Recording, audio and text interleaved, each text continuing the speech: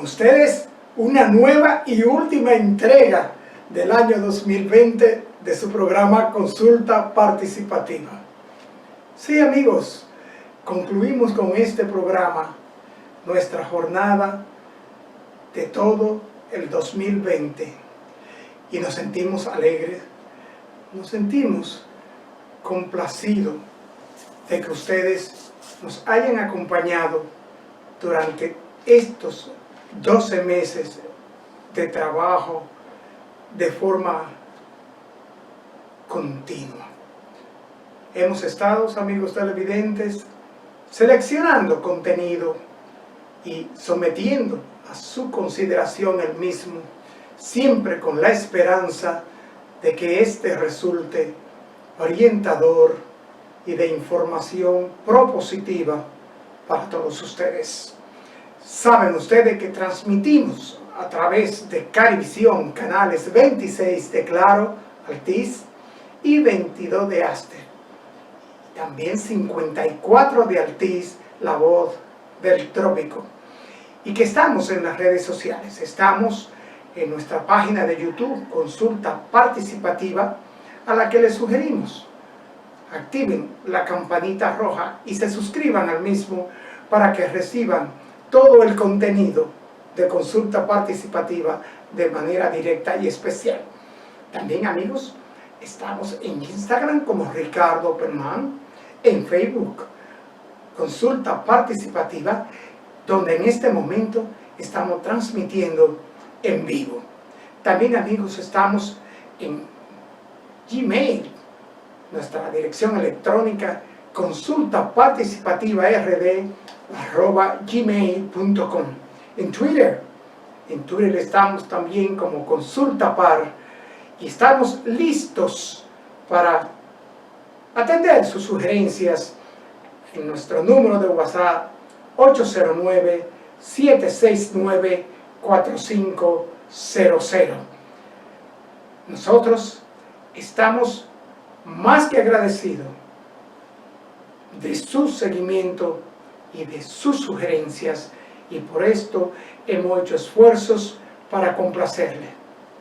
Amigos, nosotros vamos a una pequeña pausa y retornamos de inmediato con nuestros comentarios.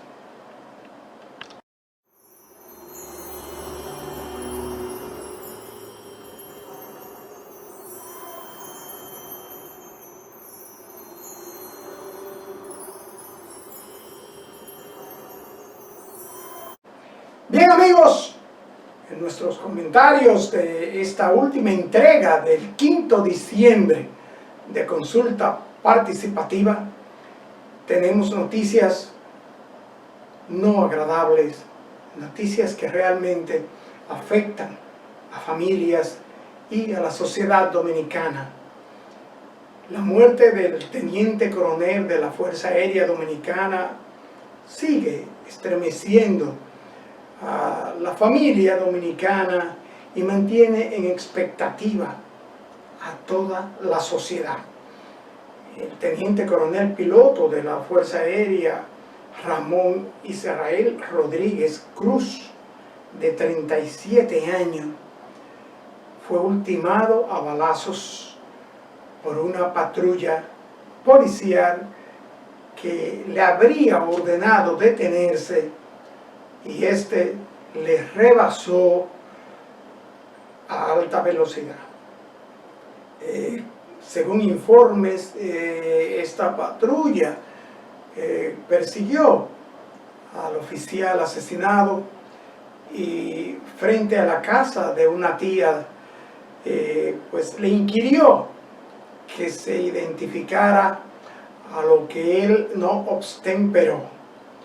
Y parece ser, no están muy claras las cosas, que el alto oficial fallecido pues se apresuró a tomar un arma de alto calibre, un fusil automático, como se ve en un video que está en todas las redes sociales del país, y lo ratrilló, como dicen, lo sobó actos seguidos se escuchan en este video 3 disparos, lo que cegaron la vida de este joven oficial dominicano.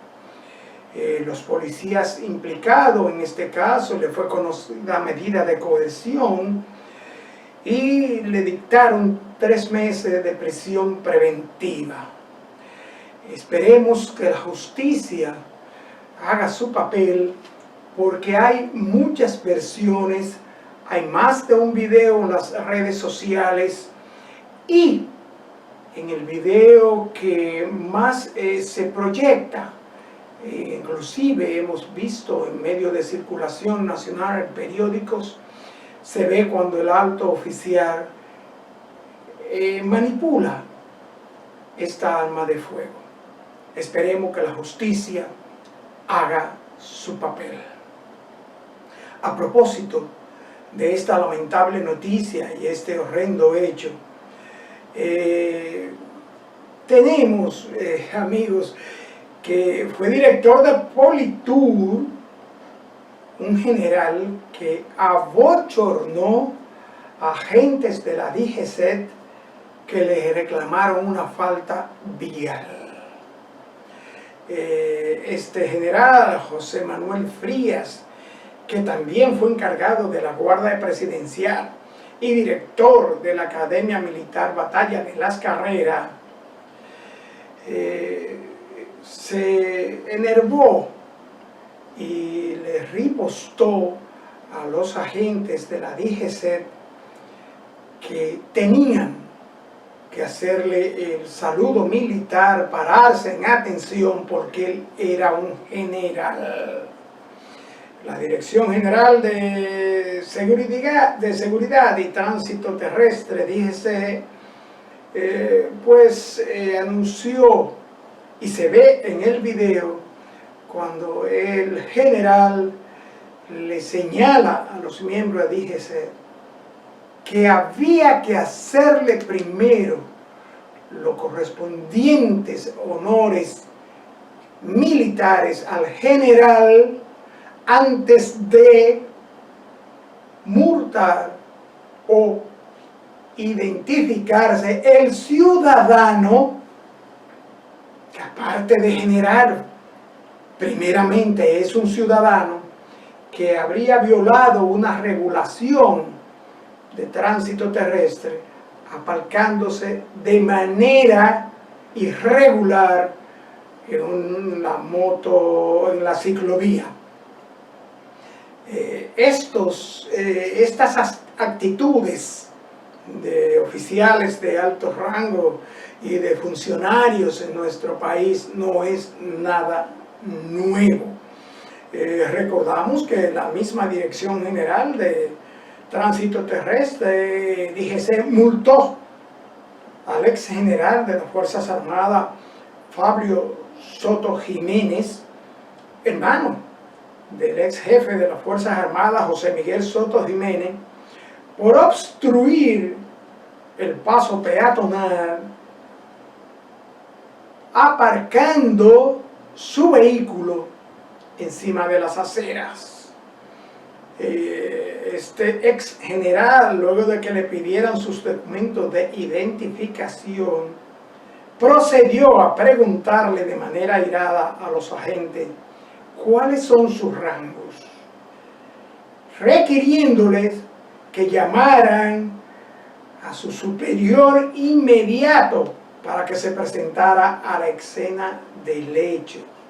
Además, el ex general Soto Jiménez se mostró abiertamente enojado cuando el subalterno se refería a él como caballero y no como general. Le dijo al agente de la DGC: un caballero no, un general. ¿Qué caballero del día usted me está? Le ripostó. Preguntamos: ¿son caballeros los altos oficiales de las Fuerzas Armadas? ¿Es un general, un caballero por su condición de hombre que ha servido a la patria y su formación militar? parece ser que a juicio del ex general Soto Jiménez, esto no es así. Tenemos el caso de un diputado por la provincia, Sánchez Ramírez, un diputado del Partido Revolucionario Moderno, específicamente Sadowski Duarte, que abofeteó a una mujer raso de la policía, porque ésta también le inquirió cuando él obstruyó que ella ejerciera sus funciones contra otros ciudadanos. Este diputado se presentó al lugar en que los agentes policiales intentaban trasladar un carro luego que sus ocupantes presuntamente prendieron la huida. Señores, esto es común, harto conocido en el país. Esto no es nuevo. El poder, los rangos militares y la ostentación del poder en la República Dominicana es algo de tiempo.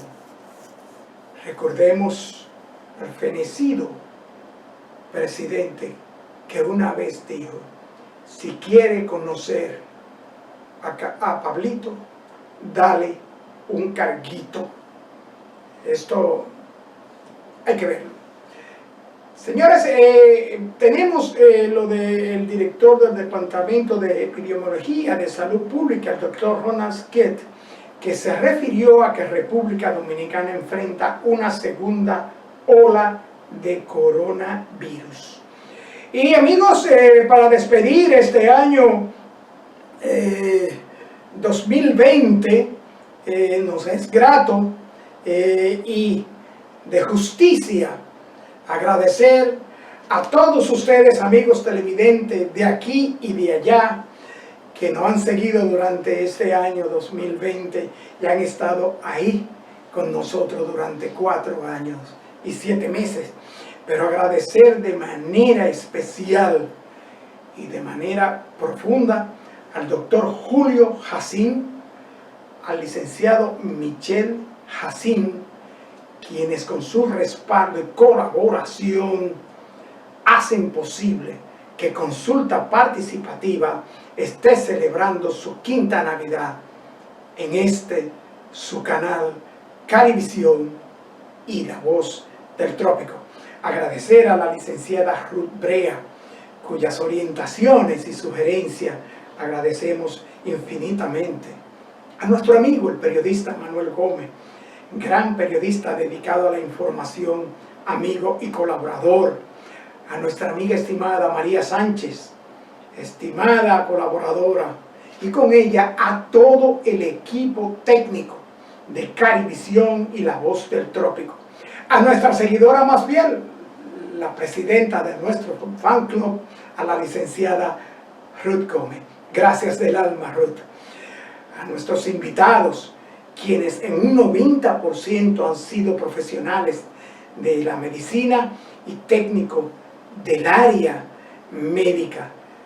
Gracias del alma y salud para todos. Y nos inclinamos en agradecimiento hacia ustedes.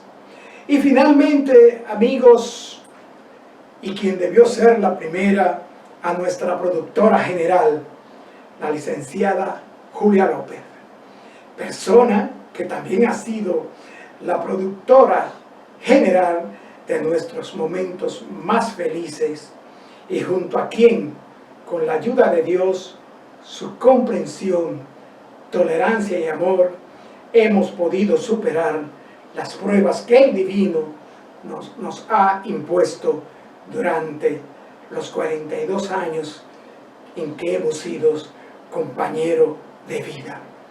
Gracias, Julia López. Te amo, Julia López. Feliz y próspero y saludable año 2021 para todos. Amigos, Nosotros vamos a una pequeña pausa y retornamos de inmediato con nuestra invitada para despedir este año, la doctora Pamela Paul.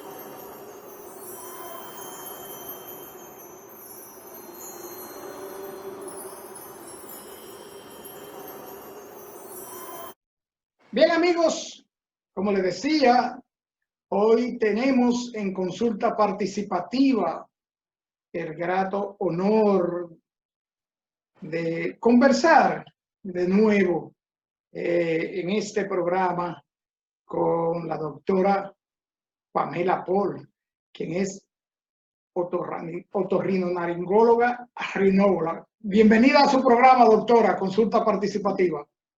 Muchísimas gracias por esta nueva invitación. De verdad que siempre es un honor poder conversar con ustedes de los temas de otorrino, y de verdad que este año, que ha sido un año tan accidentado, vamos a decir, para el mundo completo, tenemos que darle gracias al Señor porque estamos vivos, estamos en salud, y llamar a la gente a la prudencia, porque la única manera que vamos a detener el COVID es si detenemos el contagio y si guardamos las medidas de seguridad, usar nuestra mascarilla, lavarnos las manos, evitar las aglomeraciones y no confiarnos, porque lamentablemente el COVID no se ve en la cara. No todos los pacientes tienen síntomas y muchas veces una persona llega a un sitio, todo el mundo lo ve muy sano, pero esa persona tiene el COVID asintomático y puede contagiar entonces a un grupo de personas. Entonces tenemos que ser un poquito prudentes. Así es, doctora. Precisamente por la forma llana en que usted se dirige al público y cómo le habla a los amigos televidentes de consulta participativa, hemos elegido 3 temas que queremos tratar. Queremos hablar con usted de sinusitis, de rinitis, pero queremos hablar con usted de, hay un órgano que lo han acusado de ser responsable del contagio, que es la nariz. Y esto lo queremos tratar porque tenemos muchas preguntas sobre ese tema en específico. Y quisiera que iniciáramos hablando de rinitis, doctora. Dígame, rinitis. Sí, mire, la rinitis no es más que la inflamación de la mucosa nasal. Cuando esa inflamación se limita a la mucosa de la nariz solamente, llamamos que es una rinitis. Pero cuando se extiende a los senos paranasales, que son cavidades neumáticas, o sea, son unas cavidades que están dentro de los huesos de la cara, están en el frontal, en el etmoides y en los maxilares, así como uno que se encuentra en el centro de la cabeza, que es el esfenoide. Cuando esa mucosa también se inflama, entonces estamos hablando de una rinosinusitis. Entonces, la sinusitis y las rinitis se diferencian, porque generalmente cuando hay una rinosinusitis hablamos ya de un proceso infeccioso acompañante, pero en la rinitis es un proceso solamente inflamatorio. ¿Cuál es la diferencia? En un proceso inflamatorio va a haber edema, o sea, hinchazón del tejido, van a haber a veces síntomas característicos propios de ese órgano. En la nariz, por ejemplo, mucha mucosidad, puede haber cambios en el olfato que pueden ser o que huelas menos de lo normal, que eso se le llama hiposmia, o que tengas una sensación de un olor feo, a eso se le llama cacosmia. Y en algunos pacientes la anosmia. Anosmia significa que hubo una pérdida de la olfacción, que puede ser secundario a muchos procesos. Puede ser por un trauma, puede ser por una inflamación, por una rinitis. Esas rinitis pueden ser alérgicas y no alérgicas. Entonces, las alérgicas, como dicen su nombre, son debido a una reacción alérgica a una sustancia. ¿Qué es una reacción alérgica? Para que la gente entienda. Una reacción alérgica es una reacción inflamatoria en un lugar del cuerpo que produce una reacción del sistema inmune donde se libera liberan sustancias específicas de las alergias y que está mediado por una sustancia también que se llama inmunoglobulina E. En las alergias, generalmente hay aumento de algunos elementos de la sangre, como son los eosinófilos, que son parte del sistema de defensa y que se activan y se producen en mayor cantidad cuando hay un fenómeno alérgico. Por eso podemos encontrar, cuando un paciente tiene un tipo de alergia, en los niveles de eosinófilos en sangre, la inmunoglobulina E en sangre y los eosinófilos en el moco nasal, específicamente cuando hablamos de rinitis alérgica, se van a aumentar. Pero la alergia no es una enfermedad que se limite a un órgano. Las alergias por lo general pueden dar diferentes manifestaciones. La rinitis alérgica es la más frecuente de todas las alergias, seguida del asma, porque el asma en un gran porcentaje de los pacientes es de origen alérgico. ¿Y qué sucede? Que hay una comunión o un acompañamiento donde vamos a ver que el 50% de los pacientes que tienen asma van a tener rinitis alérgica. Entonces, en algunos países y en alguna literatura nos hablan hasta de un 80% de los pacientes con asma que puedan tener rinitis alérgica. Y hay otras manifestaciones alérgicas que serán generales, como la conjuntivitis alérgica, que también puede acompañar a la rinitis y al asma, y las dermatitis atópicas, que son muy famosas, así como las alergias alimentarias. Entonces, las alergias son, vamos a decir, fenómenos complejos, porque no hay una regularidad, o sea, no todo el mundo es alérgico a lo mismo, ni todo el mundo va a tener la reacción alérgica y la va a manifestar de la misma manera. Aunque en el sistema inmune va a haber una reacción siempre mediada por la inmunoglobulina E y van a haber liberación de células inflamatorias específicas, como son los eosinófilos, los mastocitos, macrófagos, entre otros. Pero en las alergias puede variar la sintomatología dependiendo del área. Por ejemplo, algunas personas comen algo o le pica un insecto y se inflaman y le salen ronchas en la piel. Estoy hablando en un término que las personas lo puedan entender. Correcto. Hay otras personas que, por ejemplo, le inyectan un medicamento y hacen un rash, o sea, le sale como un salpullido rojo en todo el cuerpo. Muchas veces se manifiesta en la piel, pero estas son manifestaciones generales. ¿Cuál es el problema de una alergia? Que a veces esa alergia es una manifestación tan severa que puede inflamar la mucosa respiratoria y el paciente puede hacer un edema de glotis. Y en ese caso, el paciente podría requerir incluso una traqueotomía de urgencia, porque en esos pacientes empiezan a sentir una molestia en la garganta y empiezan a sentir que no puede respirar. ¿Por qué? Porque se ha inflamado tanto la mucosa respiratoria de la laringe que cierra la glotis. Y el paciente, eso es una real emergencia. Ok, doctora, entonces en esa rinitis alérgica está incluida la rinitis hormonal, la rinitis emocional y la rinitis medicamentosa. Esas son rinitis no alérgicas. Entonces ahí vamos a la otra parte. Okay. ¿Cuándo se clasifica una rinitis no alérgica? Cuando los análisis en sangre no presentan elevación ni de las inmunoglobulinas E ni de los eosinófilos. ¿Ok? Entonces, este es el grupo más grande de las rinitis. Y estas rinitis tienen los síntomas muy parecidos a la rinitis alérgica, pero cuando hacemos las pruebas de laboratorio, estas pruebas salen negativas. Entonces, en estas rinitis tenemos la rinitis medicamentosa o vasomotora, la rinitis hormonal, que es propia del embarazo, y también muchas mujeres en el periodo de ovulación pueden presentar esa rinitis. Muchas veces se acompaña de una cefalea rinogénica, que la gente lo confunde con migraña. Okay. Y entonces tiene características muy específicas donde generalmente duele un lado de la cara, pero también puede tener aura como lo tiene la migraña. Entonces dice la mujer, tengo una migraña que no aguanto. Y no es migraña. Muchas personas se han pasado la vida entera creyendo que tienen una migraña y lo que tienen es una cefalea rinogénica, o sea, un dolor de cabeza por un problema de inflamación de la nariz. Pero ¿cómo se logra saber esto? El paciente va al otorrino, a veces el mismo neurólogo lo ve, y cuando vemos hay una desviación del tabique nasal o hay una hipertrofia de conecta secundario a la alergia, y esto provoca que dos puntos de la nariz choquen. Y eso es lo que produce el dolor de cabeza. Entonces, ¿cómo nosotros podemos confirmar ese diagnóstico? Nosotros los otorrinos preparamos unos algodones especiales con un medicamento que es vasoconstrictor, que se llama oximetazolina, y se le pone anestesia también líquida. Entonces, eso se pone a nivel tópico, se deja ese algodoncito en el punto de contacto por varios minutos, y si al paciente se le quita el dolor de cabeza, entonces sabemos ya que tenemos un dolor de cabeza originado por un problema de la nariz.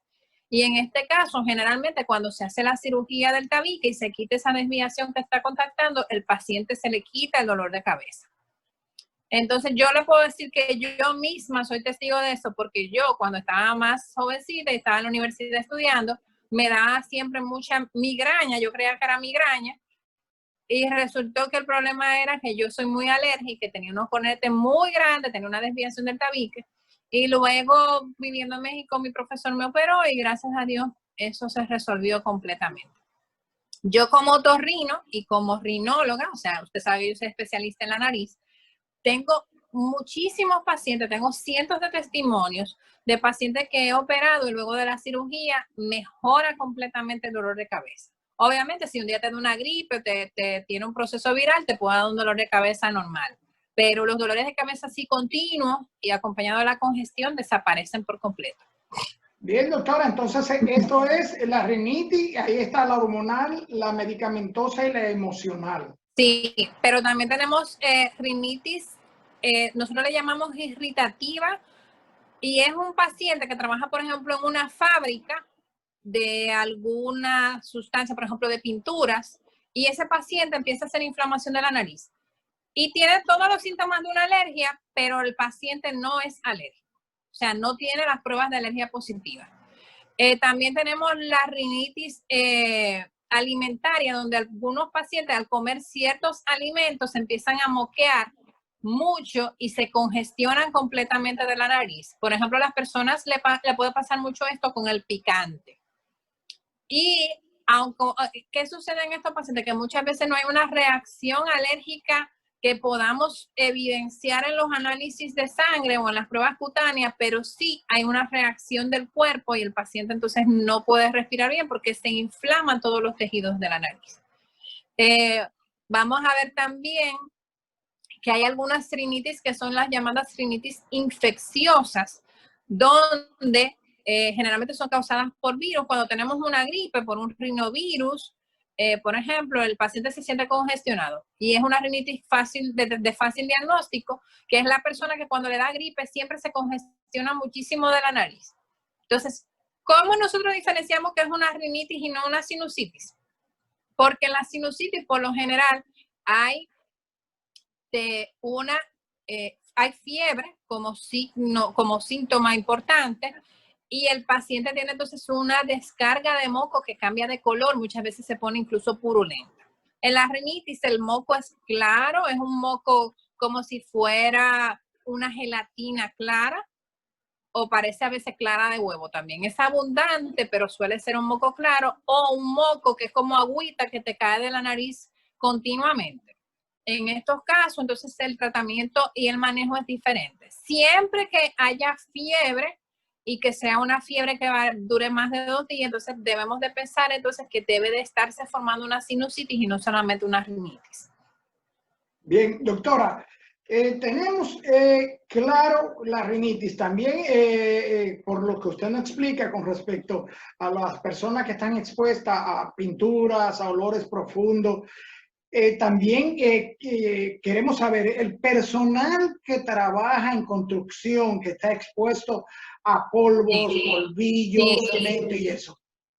Es muy frecuente que las personas que trabajan en construcciones, algunas de las personas que trabajan en labores agrícolas, donde bregan con tierra, polvo, y personas que trabajan en fábricas de sustancias que son irritantes como solventes, detergentes, pinturas, también algunas personas que trabajan en talleres donde se trabaja con eso, por ejemplo los ebanistas, que la gente de los talleres de pintura de carro, pueden todos y tienen con frecuencia sinusitis. Empiezan muchas veces como una rinitis y el paciente no se atiende. Entonces, ¿qué sucede? La inflamación cierra los orificios naturales de salida del moco y el moco empieza a acumularse. Y entonces ese paciente puede hacer una sinusitis secundaria a la rinitis primera, que era una rinitis por irritación de alguna sustancia. Bien, doctora. A propósito de sinusitis secundaria, rinitis secundaria, queremos hablar de sinusitis porque tenemos entendido que hongos y bacterias tienen mucho que ver en el aspecto de los procesos infecciosos de sinusitis. Y como dijimos al principio, hablar de la acusada nariz con respecto de la transmisión y el contagio del coronavirus. Esto después de la pausa, doctora. Bien, doctora, antes de irnos a la pausa, le dejaba en el aire la inquietud de muchos amigos televidentes en relación con la sinusitis, pero mayormente, doctora, con el asunto del COVID y los contagios y las transmisiones a través oral, pero recibidos y contagiados a través de la nariz. Explíquenos bien, doctora, esta situación. Miren, lo primero que tenemos que hacer un llamado a la gente. El cubreboca debe utilizarse, voy a tomar uno aquí para hacer un ejemplo, tapando nariz y boca, las dos cosas. La nariz, ¿por qué? Porque el virus está en el aire y la mayoría de los virus están en el aire. Se transmiten porque cuando hablamos expulsamos partículas que tienen cargadas esos virus. Nuestra misma saliva, que aunque no nos demos cuenta, cada vez que hablamos, exhalamos, nosotros estamos liberando esas gotitas de flu con el virus dentro. Y por eso debemos taparnos la boca. Pero ¿qué sucede? El virus no entra a la boca no entra al paciente por la boca, porque por la boca exhalamos, por la nariz que inhalamos. En la respiración, generalmente inspiramos de manera inconsciente por la nariz. Entonces, los virus entran por la vía nasal y pueden bajar hasta el tracto respiratorio o simple y llanamente se quedan ahí en la nariz y entran al torrente sanguíneo a través de la absorción en la mucosa nasal. Por eso es que uno de los principales síntomas, uno de los primeros síntomas que puede tener un paciente con coronavirus es la pérdida del olfato o anosmia. Todo paciente desde inicio de este año que presenta una pérdida súbita, o sea, hoy respiraba normal y olía bien y mañana me levanté y no huelo, es posible que sea un paciente con COVID en el 99% de los casos. ¿Ok? Entonces, ¿qué sucede? Como ustedes saben, hemos hablado mucho del contagio, pero mucha gente hace esto. Se tapa la boca. Cuando tú te tapas la boca, tú estás evitando tú transmitir el virus. Pero si no te tapas la nariz, tú vas a respirar el virus que está en el medio ambiente. Porque, ¿qué sucede?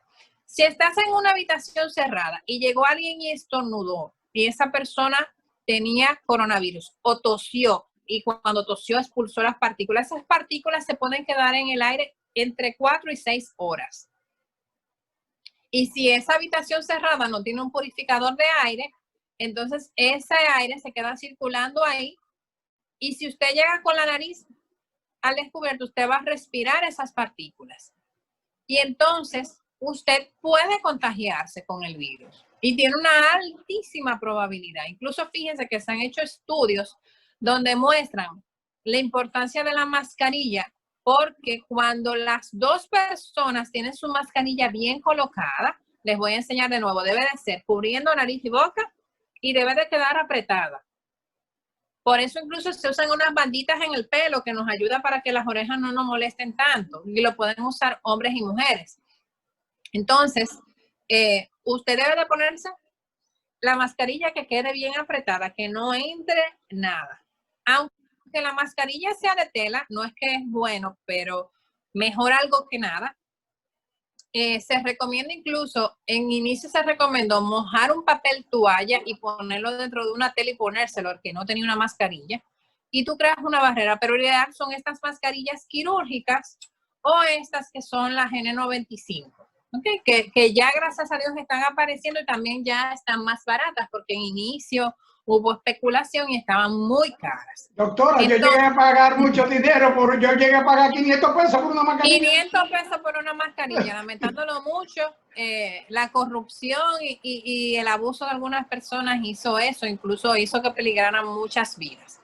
Entonces, como le decía, hay que cubrirse nariz y boca. Yo le llamo la atención mucho a personas que veo en el banco o a veces en el supermercado. Le digo, mira, usted se va a contagiar. Porque si usted tiene una mascarilla bien puesta, es muy difícil que usted se contagie, pero otras personas sí se pueden contagiar.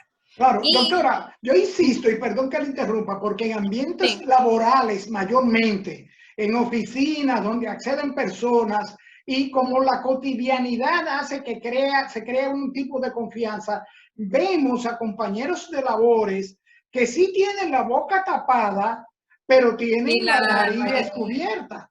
Entonces, eso también se puede convertir en un foco de contagio. Obviamente, mire, yo he criticado mucho medidas que se han tomado y que a veces son un poco ilógicas. Lo primero es que si usted va a llamar a sus empleados a que laboren presencialmente, todo el mundo debería de hacer un esfuerzo y comprar purificadores de aire. Los purificadores de aire hay desde $45 hasta $200. Incluso hay más caro, pero con uno de $45, por ejemplo, nosotros los médicos en los consultorios, muchos de nosotros compramos. Y nosotros, por ejemplo, los otorrinos, que vemos muchos pacientes con COVID, han sido muy pocos los que se han contagiado. Entonces, sí tiene que ver el filtrado y la purificación del aire. ¿Okay? Entonces, hoy en día en nuestro país llegan las cosas por cualquier courier rápido. Y también hay muchísimas casas farmacéuticas que están trayendo esos purificadores de aire. Segundo, hay que poner las reglas claras. Las mascarillas hay que usarlas tapando nariz y boca.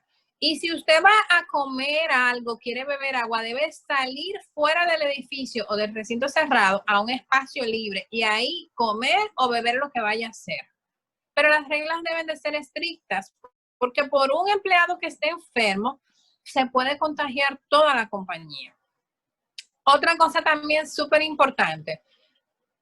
Yo entiendo que quizás es un poquito más de gasto, pero lo que debió hacer, a mi parecer, el gobierno y quizás las instituciones privadas fue dividir su personal en 2 bloques horarios, donde un grupo entrara a las 7 de la mañana y saliera a las 2 de la tarde y el otro de 2 de la tarde a 9 de la noche o a 8 de la noche. Entonces tú ibas a tener tu gente trabajando, pero ibas a tener la mitad del personal en 2 bloques de horario. Entonces, ¿qué sucede?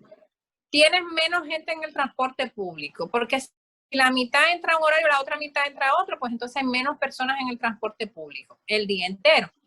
Hay menos gente en los supermercados, porque todo el mundo va a ir a una hora diferente, porque el que trabaja en la tarde va a ir a la mañana al supermercado y el que trabaja en la mañana va a ir en la tarde.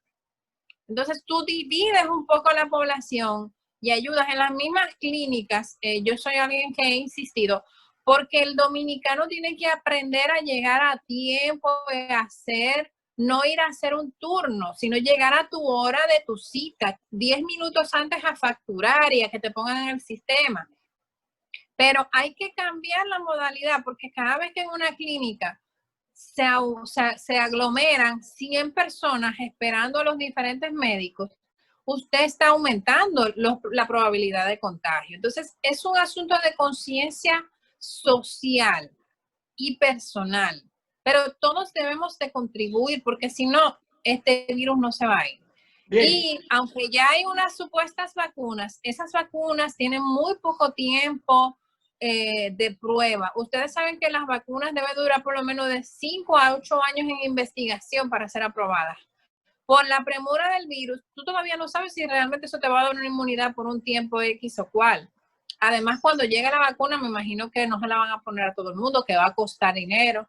Y ya se están viendo también que hay, lamentándolo mucho, efectos secundarios de las vacunas que se han probado. Así es, entonces, doctora, lo ideal es que no nos contagiemos. Doctora, hábleme, tengo tantas preguntas, mire, y hay una pregunta que coincide mucho, como prevención y remedios caseros a través de las fosas nasales para evitar el coronavirus. Oiga lo que he visto aquí. Mire, Colocación, oiga, doctora, mentolato en la nariz, vaselina de niño en la nariz, algodoncito húmedo de esencia de clavo en la nariz. Oiga bien, doctora, hojitas de tuatú majada en la nariz. Dígame, doctora. Mire, hasta ahora no se ha encontrado ningún agente natural que prevenga el coronavirus. Hasta ahora sí se ha visto que los antioxidantes, la vitamina D, mejoran, vamos a decir, las defensas y que por lo tanto la persona tiene menos probabilidad de contagiarse. Pero sí se ha demostrado en diferentes publicaciones de revistas de otorrinolaringología que hacer una dilución de yodopovidona, o sea, betadine, al 10% con solución salina y hacer lavados nasales con esta sustancia puede evitar la propagación del virus porque mata el virus. Entonces, nosotros, por ejemplo, los otorrinos, cuando vamos a operar a un paciente, ese paciente llega con la prueba negativa del virus, pero como el paciente puede estar en periodo de ventana y estar positivo y la prueba está negativa, nosotros como que siempre hacemos ese lavado. Y, por ejemplo, los odontólogos también, hacer gárgaras con este betadine diluido en agua, como le decía, y hacer irrigaciones nasales. O sea, usted prepara en 100 mililitros de solución, 10 mililitros de betadine, esa dilución la prepara, entonces llena una jeringuilla de 5 días cc y se irriga dentro de la nariz a cada lado 2 o 3 veces. Doctora, y la gota de agua de sal en la nariz, las gárgaras de agua de sal. El agua de sal ayuda a limpiar la mucosa nasal, pero no previene contra el virus. Nosotros recomendamos los lavados nasales en los pacientes con mucha congestión, los pacientes con rinitis y con sinusitis, pero este lavado lo que simplemente hace es barrer el moco acumulado y por acción osmótica puede provocar una deshidratación del cornete cuando la concentración de agua salina es muy alta.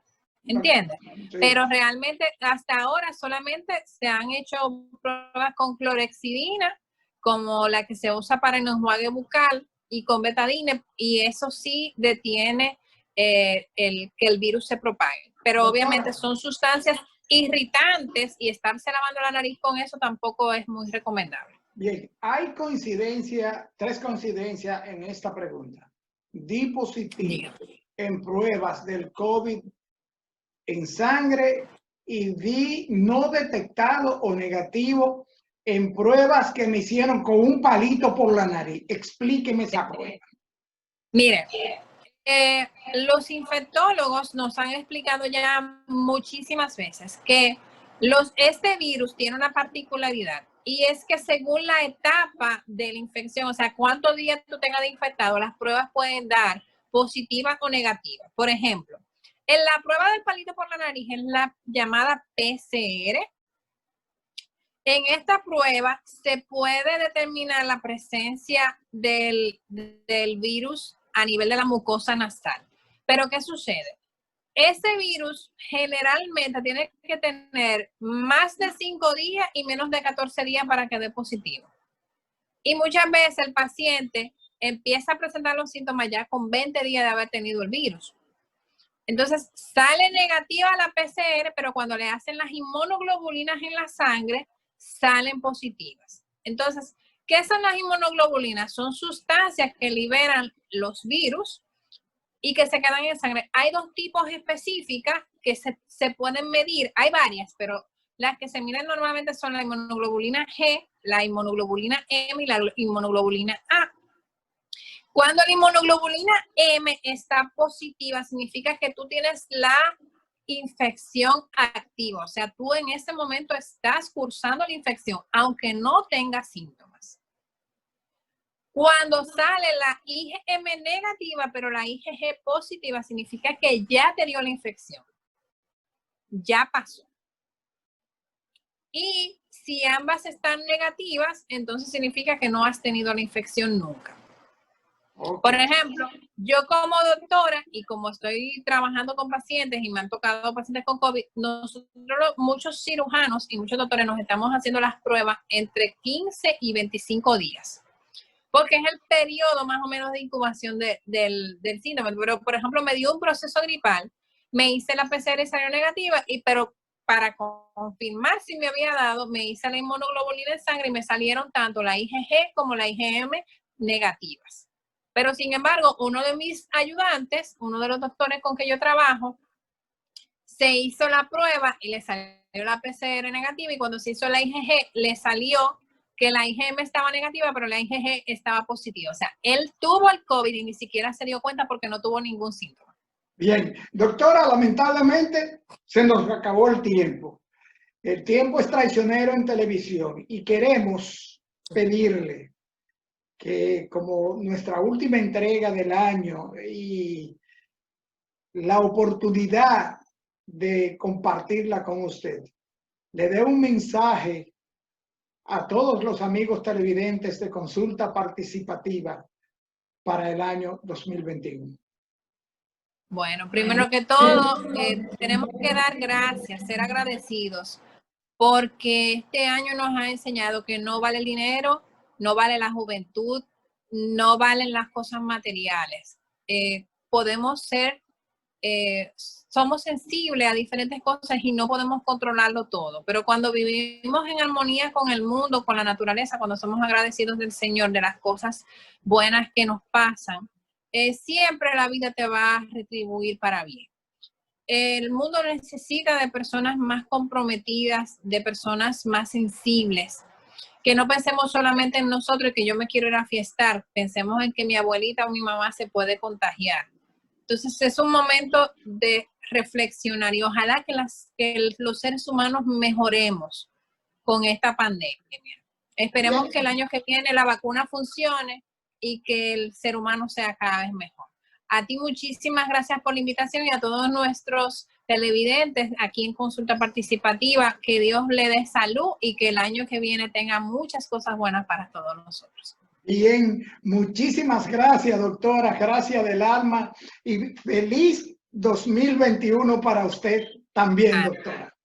Bueno, bien, amigos televidentes, como decía la doctora, nosotros también tenemos la convicción de que las lecciones aprendidas y el año 2020 vivido no son más que correcciones positivas que el divino ha operado en nosotros. Y por eso queremos hacerte la misma exhortación que te estamos haciendo en tiempo de pandemia. Por favor, hazlo por ti, por tu familia, por tus hijos, tus amigos, tus compañeros de trabajo, tus colaboradores. Hazlo por los envejecientes.